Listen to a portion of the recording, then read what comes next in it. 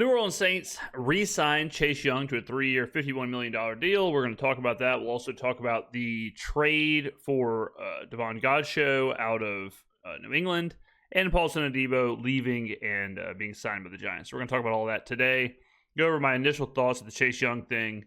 But first, I got to flex a little bit, ladies and gentlemen. Let me take you back 3 weeks ago. Fields is interesting.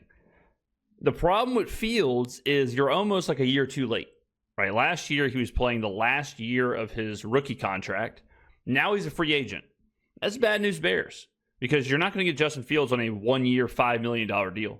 You're not going to get Justin Fields on a 3-year, $16, $17 million deal. He is going to be asking big money. I would think Justin Fields in a competitive free agent market, that's another negative to this, is that he's a free agent. I would guess he's probably going to be in the neighborhood of, that $15 million, $20 million a year world. I think Gardner Minshew made $19 million or something. So the quarterback market is higher than you think it is. Justin Fields for 2 years, $45 million or something like that doesn't sound as appealing. Doesn't sound as much of okay, we could take this gamble. And then yesterday, we see this. Sometimes I even surprise myself. I'm not going to lie. Not only do we predict the monies, but we nail the contract. 2-year, $40 million equals $20 million a year for Justin Fields.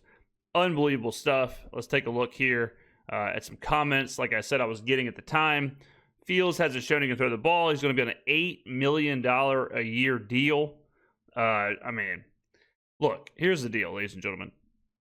Bonnie Blue, Lily Phillips, and me, certified ball knowers. What about if I take you back to last week when Geno Smith was traded to the Raiders? Here's what I had to say. The idea that they're just willy-nilly trading their franchise quarterback away, they know who they're going to get. They know exactly what they're going to do at quarterback. Now, we haven't heard yet, and it does seem like it would be Sam Darnold, which I think is a horrible move for Seattle. And then lo and behold, who could have seen it coming? Really out of control. All right, let's talk about Chase Young. So I think this deal is good. This isn't a deal where, it's A++, great stuff from the Saints, but let's really break down what's happening here. On one hand, if the Chase Young deal would have ended with the Saints, or if it would have just went away, if we would not have re-signed Chase Young, it would have cost us something like $10 million in dead cap. So getting the deal done saves you that dead cap money, okay? Also, Chase Young is still only 25 years old. He was good last year. Let's just call it good. Let's not say great. Let's not say bad. Let's just say good. He was good. We have a fully new defensive staff coming in with Brandon Staley, Bo Davis on the staff. Obviously, these guys believe there's something there. Now, we know that Brandon Staley is going to have a 3-4 defense. We know that Chase Young is probably going to have to be some kind of tweener, outside linebacker at times, however you want to phrase it. I have to trust that Brandon Staley and our defensive staff believe they can get something out of him. For $17 million a year, if you look at the rest of the edge free agent market, pretty cheap.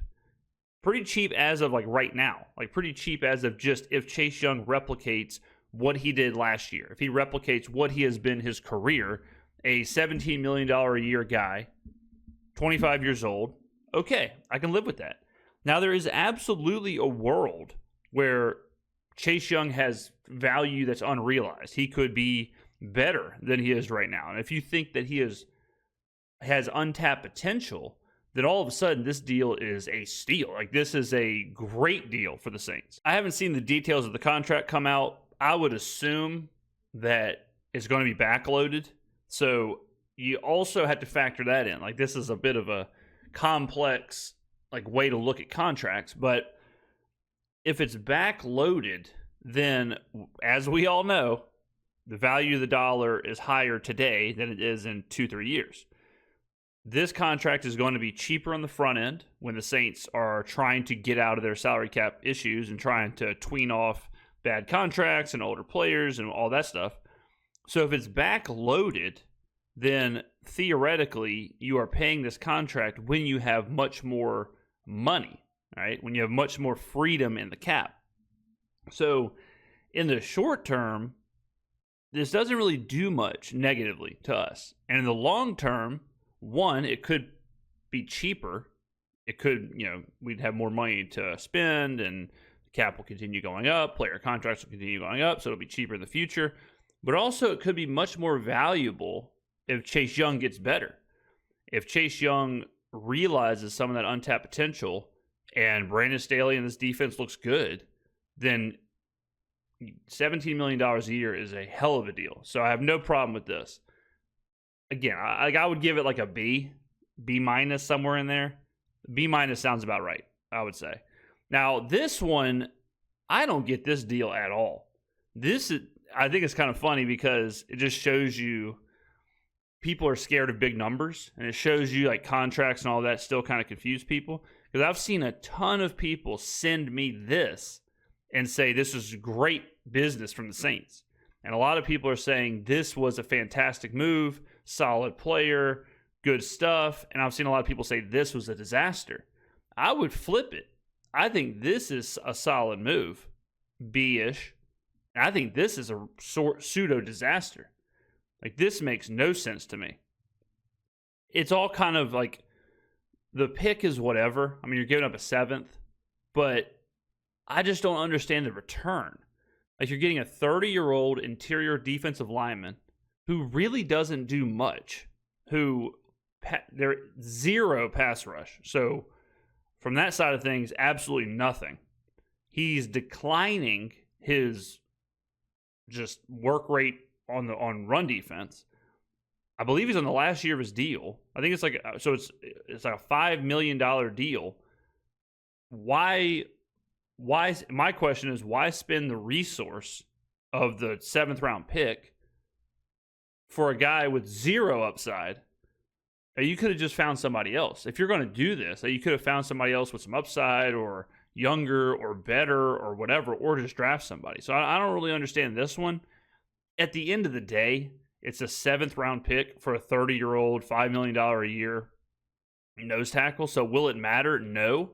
But this was a deal that I was very confused about. This was a deal where I'm assuming someone knows something I don't know as far as like the defensive line.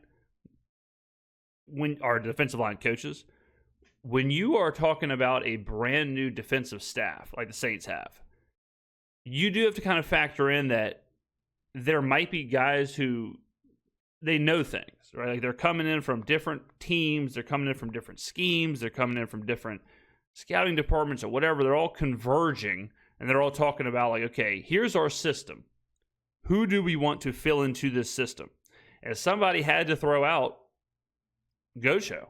Someone has to throw out these players, and then you go get them. So, I have to sit here and tip my cap and say, well, all right, we'll see. I mean, this guy could never get on the field. Like, who knows? He could. It could be a nothing burger. But I was definitely confused by this one. As of right now, on March 11th, I would say this is a worse deal than Chase Young. This is worse business, even though it seems like better business because it's $5 million versus $51 million. But you got to factor in a lot of other stuff. And then the Adebo thing, a lot of money. Like, this is a lot of cash for Paulson Adebo. 50-something million dollars. So they're basically paying Adebo as one of the best cornerbacks in the NFL. They're paying him as a top 5, top 10, certainly top 10 cornerback in the NFL. They're not paying him the best, but it's right up there. For a guy coming off of a season-ending injury where even with healthy, he's good. I mean, I think Adebo's good, but I would have not said, yeah, this guy's a top 5 cornerback in the NFL. I mean, maybe I'm wrong there. He is still young. Was he 25? So he still is a guy who, just like Chase Young, the prove it type situation where if you believe he can be a top 5 cornerback, okay. I think cornerback is the most volatile position in the NFL. I mean, we've seen the best cornerbacks in the NFL be really good one year, release the next year, really good one year, horrible the next year, really good in one game, horrible in the next game. So I'm not really a fan of paying a cornerback this much money anyways. I would much rather pay a Chase Young. I would much rather, if it's between Paulson Adebo and Chase Young, I would rather have Chase Young. He's a more important position. I think he's probably has higher upside. So out of the two, I don't think it came down to like one or the other. But out of these two deals, I'm glad we spent the money on Chase Young.